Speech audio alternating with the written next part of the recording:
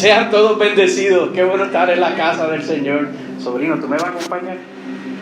Gloria a Dios. Amén, amén. Estoy contento de estar aquí. Hacía ya unos cuantos meses que no visitaba Puerto Rico, pero siempre que visitamos Puerto Rico hacemos un esfuerzo por estar aquí adorando con ustedes, bendiciendo el nombre del Señor. Y quiero comenzar enviándole saludos de mi esposa, Luciana, y mis hijos que están allá en Carolina del Norte ahora mismo con una sabrosa temperatura de 20 grados, ¿verdad? Y yo estoy acá disfrutando el clima, donde hoy me pude poner pantalones cortos. Cuando regrese el sábado no creo que me pueda volver a poner pantalones cortos en un buen tiempo, pero gloria a Dios por eso. Agradezco la oportunidad de estar aquí predicando y compartiendo lo que entiendo que el Señor me dio para ustedes en el día de hoy. No estaba en nuestra agenda. El lunes cuando me subí al avión le texteé a sus pastores y le dije voy de camino, y ahí nació la invitación de estar aquí miércoles hoy con ustedes. No traía ropa apropiada, les confieso, no traje Biblia de papel tampoco. Aquí estoy usando un iPad prestada, pero estamos gozosos de que estamos aquí compartiendo la palabra del Señor en el día de hoy. ¿Me acompaña en oración?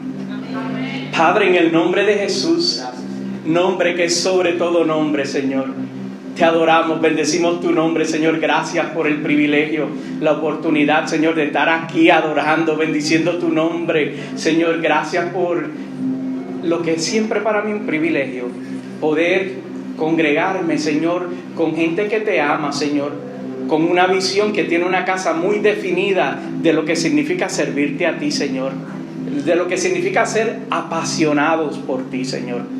En el nombre de Jesús yo te pido que una vez más, Señor, me utilices y que traigas una palabra de aliento para alguien, Señor. En el nombre de Jesús yo te doy gracias, gloria y honra. Amén y amén. Entonces, antes de comenzar oficialmente, yo quiero hacer un anuncio hoy, por si usted no lo sabía. No voy a decir hace cuántos años atrás, pero son unos cuantos. Yo estaba junto con sus pastores, pero en un lugar muy diferente a este. Bueno, era una iglesia, pero yo estaba siendo testigo de cuando ellos se estaban casando. Hoy es el aniversario de boda de sus pastores, por si no lo sabían. 26 años dice él, yo tengo 28, así que yo tenía 2 años cuando estaba ahí. Así que felicidades, los felicitamos por ser un modelo a seguir de un matrimonio en Cristo.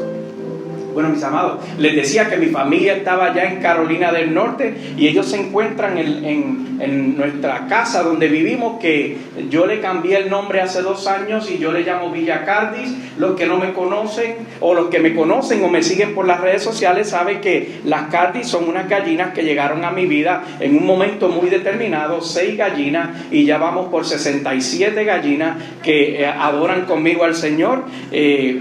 Y me tienen mucha paciencia, y mi esposa le tiene mucha paciencia a las gallinas y a mí, porque nosotros tenemos una relación. Yo hablo con las gallinas, yo les predico a las gallinas me responden, y entonces hace un rato estaba hablando con ella y mi esposa me estaba diciendo que estaba sumamente molesta con las gallinas porque ellas eran unas malcriadas, y entonces que no querían comportarse como se supone que se comportasen, y yo le explico que es que las gallinas me extrañaban. Y entonces, y de eso y otros asuntos hoy les voy a estar hablando en el día de hoy.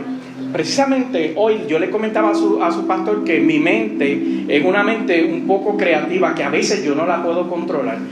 Yo observo eventos, cosas, personas y animales, y mi mente empieza a montar estos cuentos, estas historias, como estas películas en mi cabeza. Y eso es lo que yo hago con las gallinas. Yo me siento, ellas tienen un espacio muy cómodo, muy grande, me siento allí con ellas, sí, me siento con las gallinas, y yo me siento a observar la dinámica social de ellas, porque las gallinas tienen jerarquías sociales, tienen comportamiento y tienen temperamento, como usted y como yo.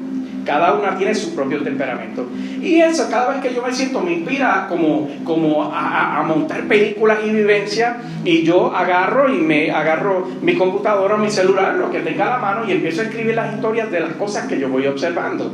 Y entonces yo he escrito una serie que se llama las historias de las Cardis y ahí escribo incidencias y problemas sociales que ya tienen. Por ejemplo, como la vez que contrataron al zorro para que el zorro se comiera el gallo Claudio, porque el gallo Claudio estaba siendo hostil con las demás gallinas y cosas por el estilo. Y las gallinas me han metido a veces en una serie de problemas, porque yo recuerdo que hace años y tanto yo fui a un retiro de pastores en Atlanta que fuimos invitados, un congreso de pastores, y yo llegué allí, ¿verdad? Y yo iba como un espectador. Lo que yo no sabía es que ya las gallinas me precedían y las personas conocían la historia de las gallinas, porque pues yo he dicho en otras ocasiones que mis historias de las gallinas a veces son más famosas que mi mejor predicación que yo he hecho. Y entonces las personas me preguntaban, en vez de cómo yo estaba, me preguntaban por las gallinas.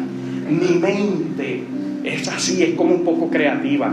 Y entonces el domingo por la noche, cuando yo estaba sentado en el avión camino acá y estaba mirando a mi alrededor, el avión no estaba tan lleno, había un grupo de personas, pero nos dio espacio para, por ejemplo, yo estar en mi fila y estar solo, así que estaba un tanto cómodo.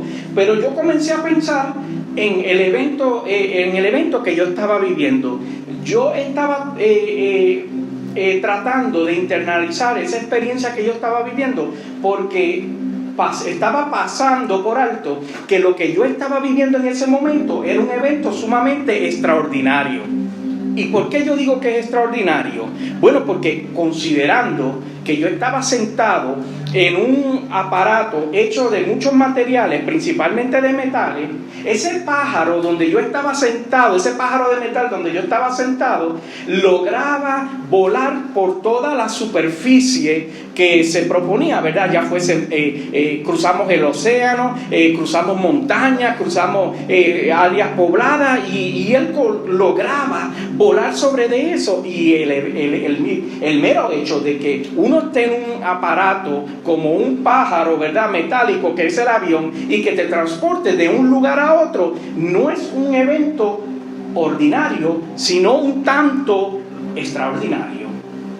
Pero ¿cuál es el problema con eso? Bueno, que además de que yo estaba ahí sentado y estaba en ese aparato, yo no estaba solo, como les dije, dentro del avión había otro grupo de personas conmigo. Pero estas personas tenían unas cualidades muy interesantes. Son gente, yo los miraba, detrás de mí había unos adolescentes, al frente habían otros jóvenes, y yo los miraba, y más adelante había una señora, había un bebé que lloró todo el camino, y yo los miraba, y son gente que yo probablemente en mi vida nunca los vuelva a ver. Probablemente nunca los vuelva a ver. Es más, yo ni siquiera sé si en algún momento de mi vida ya yo me crucé con ellos y no los registré, no los razoné. Yo no sabía sus historias. Yo no supe cuáles eran las cosas que los motivan o las cosas que los inspiran en la vida. Yo no tenía esa información. Yo lo que sé es que probablemente nunca me volvería a cruzar con ellos. Entonces, yo estando allí sentado en ese avión, yo comencé a reflexionar sobre lo que yo estaba viviendo una vez más. Entonces, en ese punto, mi amado hermano, fue que yo pude concluir definitivamente, pude llegar a la conclusión con toda seriedad y toda seguridad de que el momento que yo había inicialmente determinado como ordinario, posiblemente se ha vuelto ordinario por la cantidad de viajes que yo he dado en mi vida, pero no es nada ordinario. El problema era que la familiaridad de las veces que yo me he montado en un avión estaba robando el momento extraordinario que yo estaba viviendo. ¿A poco si usted no ha tenido la oportunidad de montarse en un avión y usted retorna a la primera vez que usted se montó en un avión, lo emocionado que estaba?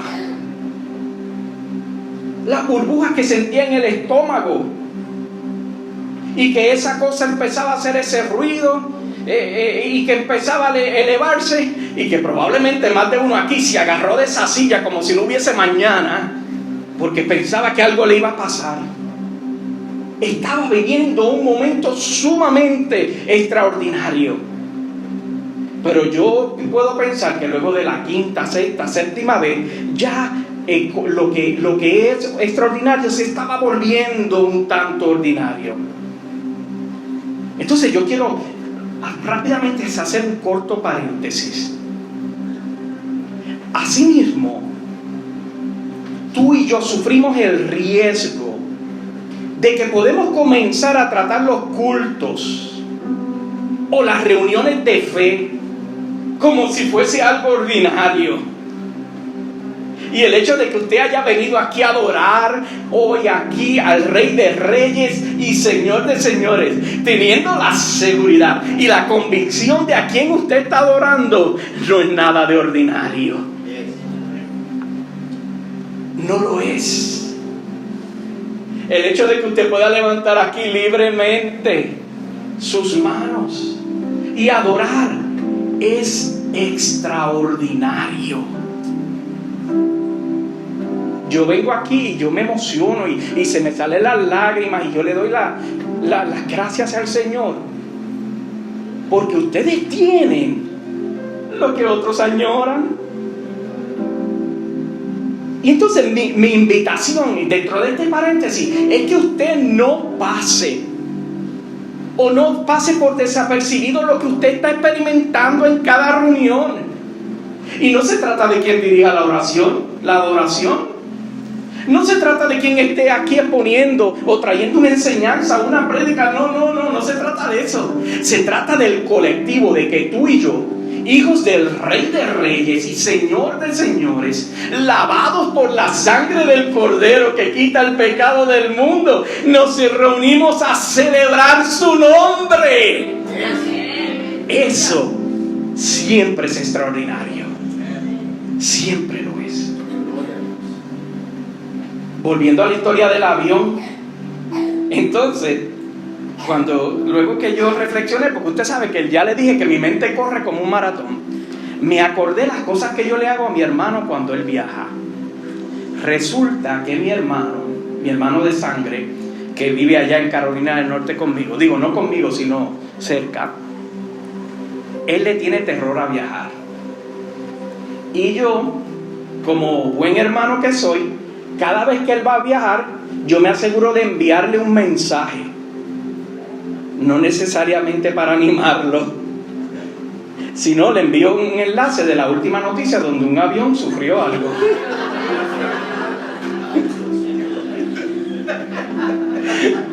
Le envío unas cositas así.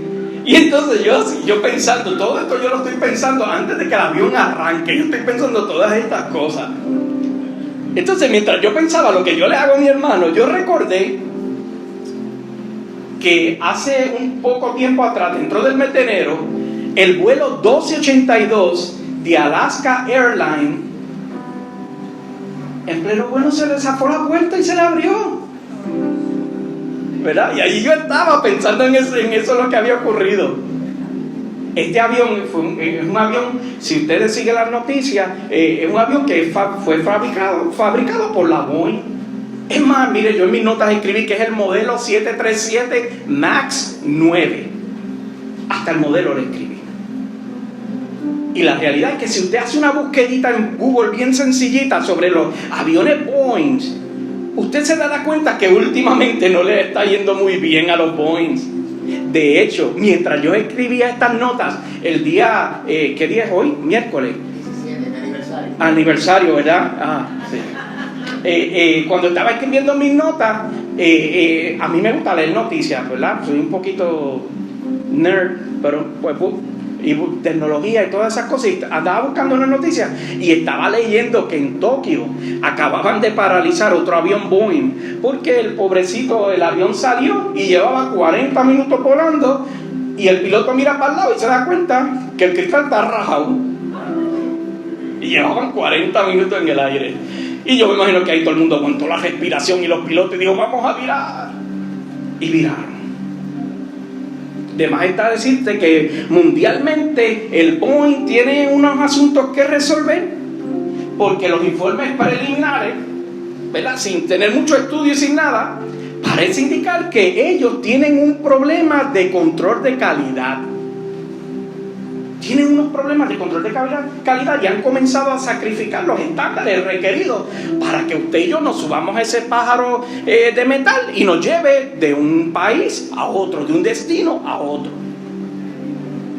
Entonces, nosotros, tú y yo, en nuestro caminar de fe podemos experimentar problemas de estándares de calidad. Nos puede pasar que esos problemas nos pueden llevar a complicar nuestro caminar de fe, aunque las razones por las cuales estemos cortando esquinas sean loables, aunque las intenciones sean buenas, aunque las razones parezcan que están alineadas incluso a lo que Dios quiere para ti y para mí. De hecho, la Biblia nos cuenta una historia donde hubo una buena intención, pero los estándares fueron ignorados y hubo unas consecuencias. Y hoy me gustaría repasar esta historia con ustedes. Cuenta la Biblia, no yo solo lo repito. Cuenta la Biblia que el rey David deseaba llevar el arca del pacto de Jerusalén para estar más cerca de ella y para proveerle un buen lugar para el arca. ¿Por qué no? Si este era el David que había sido ungido desde su juventud, si este era el David que había pasado 30,000 vicisitudes y en todas y cada una de ellas el favor y la gracia de Dios estaba con él, si este era el David que finalmente había sido coronado rey del pueblo, un chamaco que había sido ungido desde su adolescencia para ser rey y ya era rey, y un día se levantó y dijo, bueno, es que esta arca tiene que estar cerca de mí. Además de eso, que todas y cada una de las promesas que Dios le había hecho hasta ese momento habían sido cumplidas. ¿Y de qué manera? Y yo quiero que tú ahí me acompañes en tu Biblia al segundo libro de Samuel, capítulo 6, y yo voy a estar leyendo unos versículos aquí y les prometo que voy a ser breve. Segunda de Samuel, capítulo 6, comenzando del verso 1, y les anticipo que voy a estar leyendo de la traducción TLA, Dios mío. Traducción del lenguaje actual. Gracias, amén. Traducción del lenguaje actual. Segunda de Samuel 6, comenzando en el verso 1. Dice la palabra del Señor en el nombre del Padre, del Hijo y del Espíritu, y la iglesia dice, amén. David volvió a reunir a sus mejores hombres, que eran como 30,000. 2. Salió con ellos de Baalá, de Judá, para llevarse a Jerusalén el cofre del pacto. Ante ese cofre se ora al Dios Todopoderoso que reina entre los querubines. Qué bonito gesto el que está realizando David.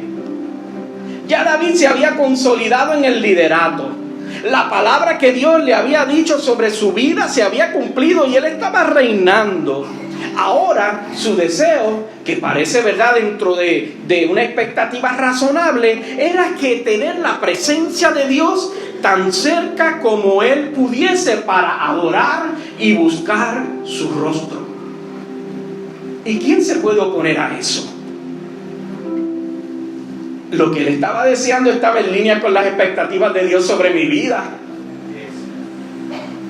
Las intenciones, nadie podía cuestionar esas buenas intenciones. Él quería estar lo más cerca posible de la presencia de Dios. Pero vamos a ver qué pasó. El verso 3 continúa diciendo, el cofre del pacto estaba en la casa de un hombre llamado Abinadab. Esa casa estaba en la punta de una colina, allá arriba en la halda. Cuando sacaron de allí el cofre, lo pusieron sobre una carreta nueva que iba guiando Usa y Ahío, hijos de Abinadab. Ahío iba delante del cofre. 5. David y todos los israelitas iban danzando y cantando muy alegres delante de Dios al son de la música de arpas, panderos, platillos, castañuelas y otros instrumentos de madera y cuerda. Tenían una rumba, es lo que la Biblia dice. Así como cuando yo desde Carolina del Norte me pongo a ver cuando empiezan aquí las Navidades, porque saben que la Navidad para nosotros es un asunto serio.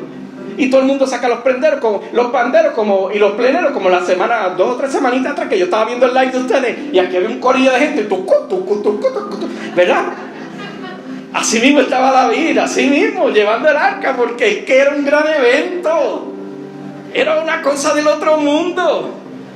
Había una gran fiesta. El rey y su pueblo estaban bailando, estaban cantando, los instrumentos estaban, mira, bien afinaditos. Nadie estaba desentonado allí.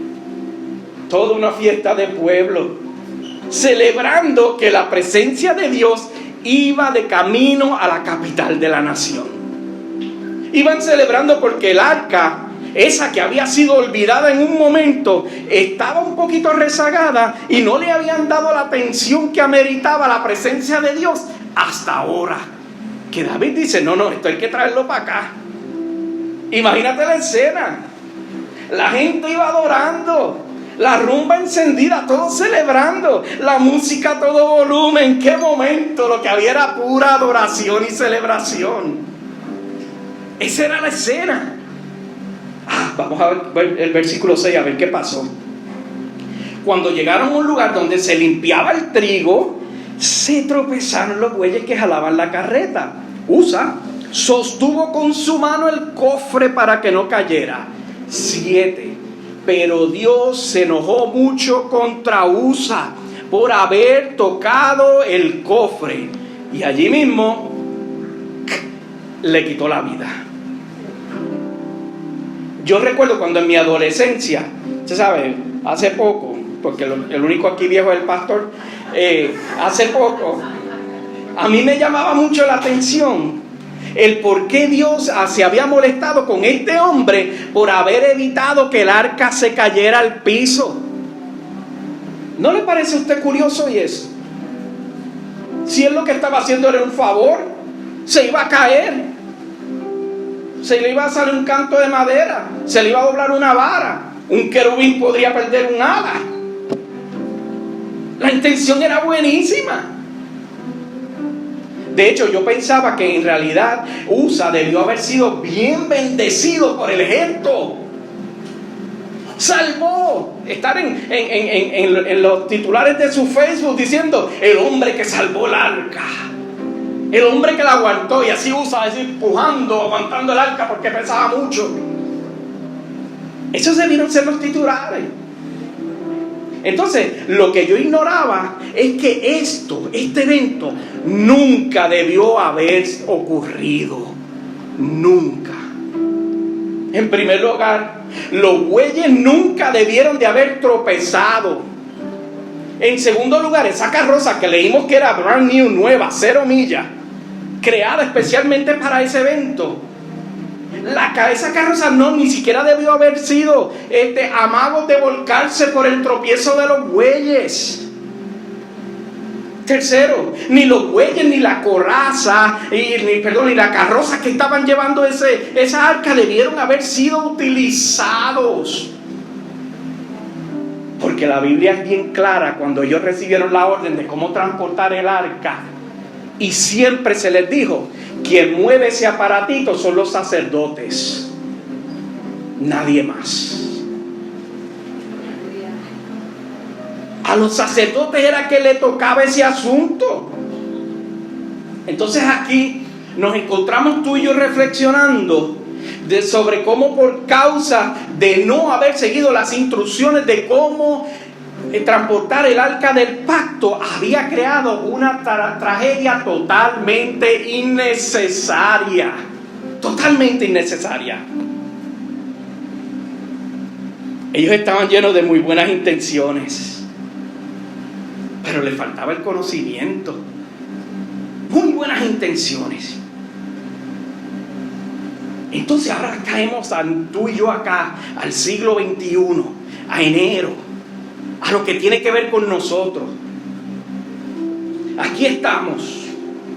Entonces nosotros, tú y yo, hoy vemos que muchos andan dirigiendo sus vidas como ellos creen que deben de vivirla, en vez de como Dios ha establecido. Entonces nosotros queremos interpretar cómo vivir nuestra vida con una apariencia buena, alineada al propósito de Dios, pero desconectado de realmente cómo Dios quiere que la vivamos. Y comenzamos a vivir tu vida y la mía basada en nuestras propias interpretaciones, basada en mis experiencias de vida, desde mis prejuicios, desde mis virtudes, desde mis dones, desde mis interpretaciones. Pero Dios nunca me ha llamado a vivir mi vida bajo esas condiciones. Nunca. Mira, Proverbios 3, versículos 7 y 8 dice lo siguiente: no te creas muy sabio, obedece a Dios y aléjate del mal. Así te mantendrás, ¿qué? Sano y fuerte. La Biblia dice que David tenía las intenciones correctas. Las intenciones eran correctas. Y probablemente podría obtener la aprobación de Dios.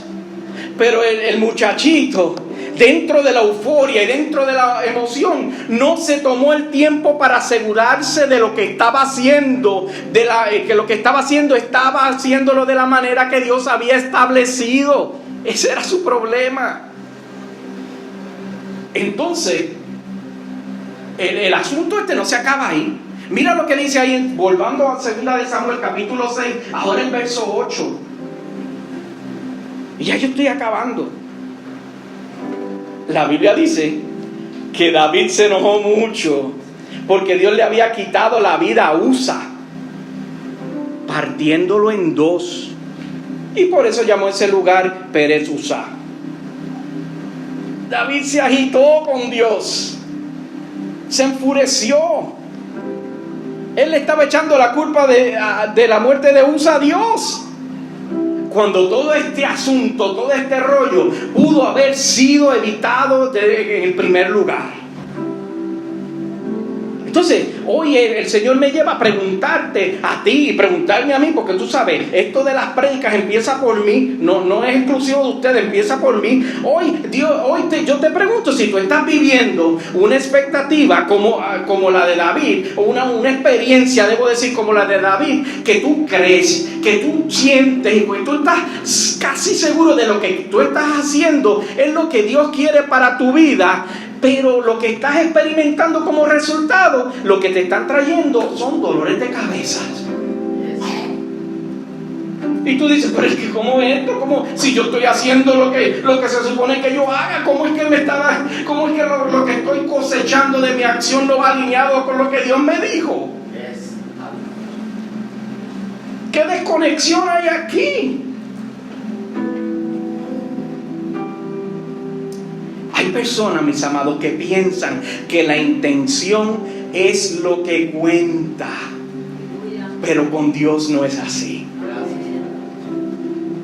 No es la intención.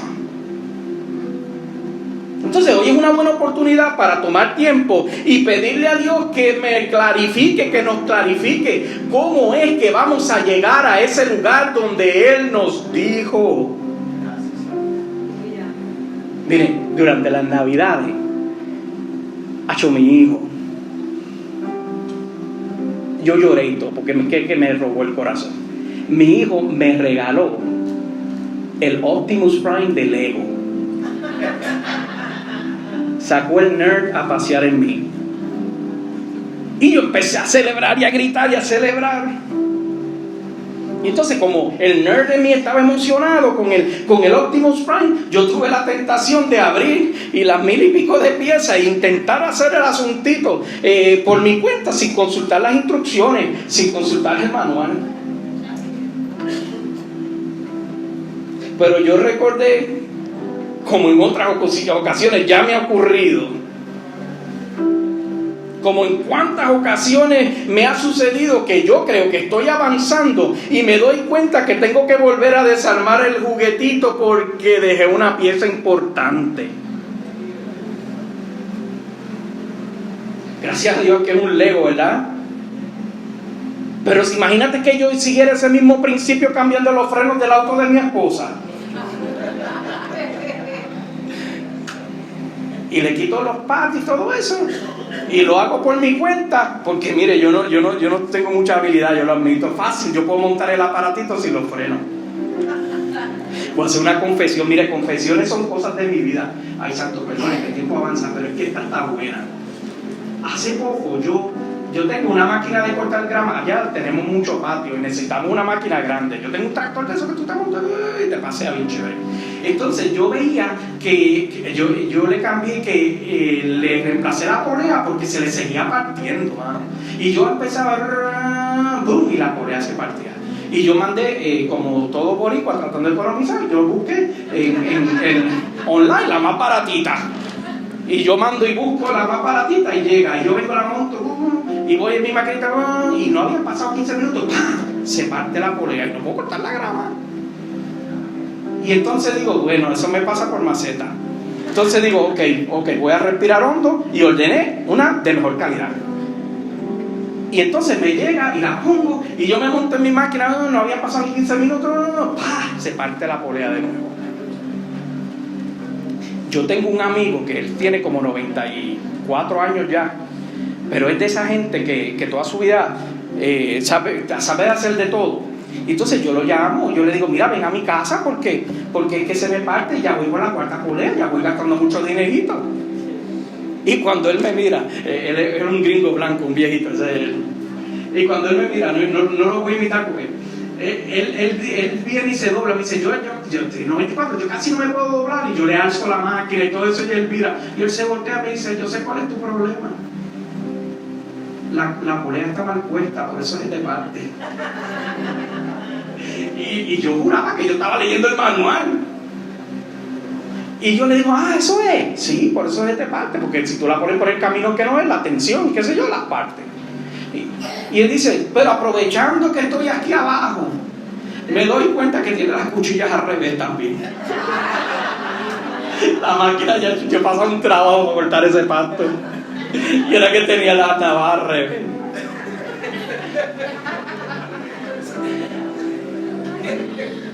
¿Qué me haría yo sin Mr. Bog? Que el Señor envía mi rescate. Yo sé que en ocasiones tú y yo nos impacientamos y nos vemos tentados a tomar atajos. Pero ¿sabes qué? Con Dios nunca serán necesarios los atajos. Nunca. Pues como tú y yo sabemos, y tus pastores te enseñan, y tus maestros de aquí te enseñan, que la Biblia nos dice que para el Señor todos nuestros caminos son conocidos. No hay ni uno que Él no se sepa. También sé que en esta temporada que algunos están viviendo, se encuentran un poquito desesperaditos, un poquito angustiaditos, la cosa se está poniendo difícil, y ¿por qué no? Hasta un poquito confundidos. Pero hoy Dios me envía a decirte, aguanta un poco más, vuelve y mira el manual. Por eso hoy yo vengo a recordarte que te detengas, que respires, que reflexiones y no comiences a tomar ninguna decisión que parezca que va a adelantar el propósito de Dios en ti. Porque sin tú saberlo, lo que tú estás provocando son complicaciones a tu vida, como le pasó a David, que ese muchacho se murió cuando no debió de haberse muerto. Entonces, ¿cómo es que yo hago, pastor? ¿Cómo yo hago esto? Bueno, esto es un poquito más simple de lo que tú y yo creemos. Cuando Dios te diga camina, tú caminas. Cuando Dios te diga descansa, tú descansas. Cuando Dios te diga espérate, espera, tú esperas. Cuando Dios te dice búscame, entonces tú aumentas tu tiempo de oración. Ahí es que tú le metes caña, le metes fuego. Tu momento de tiempo de oración, ayuna, buscas la palabra. Cuando Dios te dice sirve, es cuando tú vienes y te haces disponible para servir en el lugar donde Dios te ha plantado y ser el mejor en lo que tú haces. No es tan complicado. Si tú no estás haciendo eso, entonces tú debes de cambiar como el plan que estás siguiendo, porque probablemente está muy bueno o está relleno, requete lleno de buenas intenciones, pero no de lo que Dios quiere. Tienes que decirle a Dios: Dios, yo sé lo que tú me revelaste. Yo sé lo que me has dejado saber de dónde, de hacia dónde yo me dirijo, hacia dónde voy a llegar en ti. Pero necesito tu ayuda en el proceso, porque a veces me desespero. Me desespero tanto que pienso que tú necesitas mi ayuda para alcanzarlo. Gracias, Señor. Se me descuadra la cosa porque es que me pongo impaciente.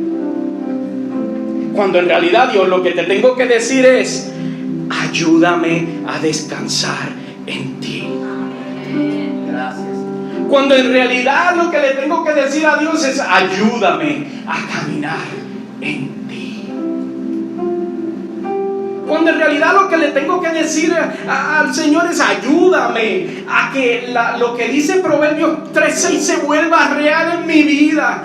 Cuando dice Proverbios 3:6 ahí, cuando dice: reconócelo en todos tus caminos y Él enderezará tus sendas. Amén. Qué poderosa promesa. Cuando yo escribí esta nota, el Espíritu Santo me inquietaba que aquí hay personas en ese proceso de toma de decisiones. Y tomar decisiones no está mal. Lo que pasa es que ese proceso no le está trayendo paz, sino por el contrario, lo que hace es desesperándote. Y Dios quiere dejarte saber que Él no necesita tu ayuda. Lo que Él necesita es que le creas. Yes.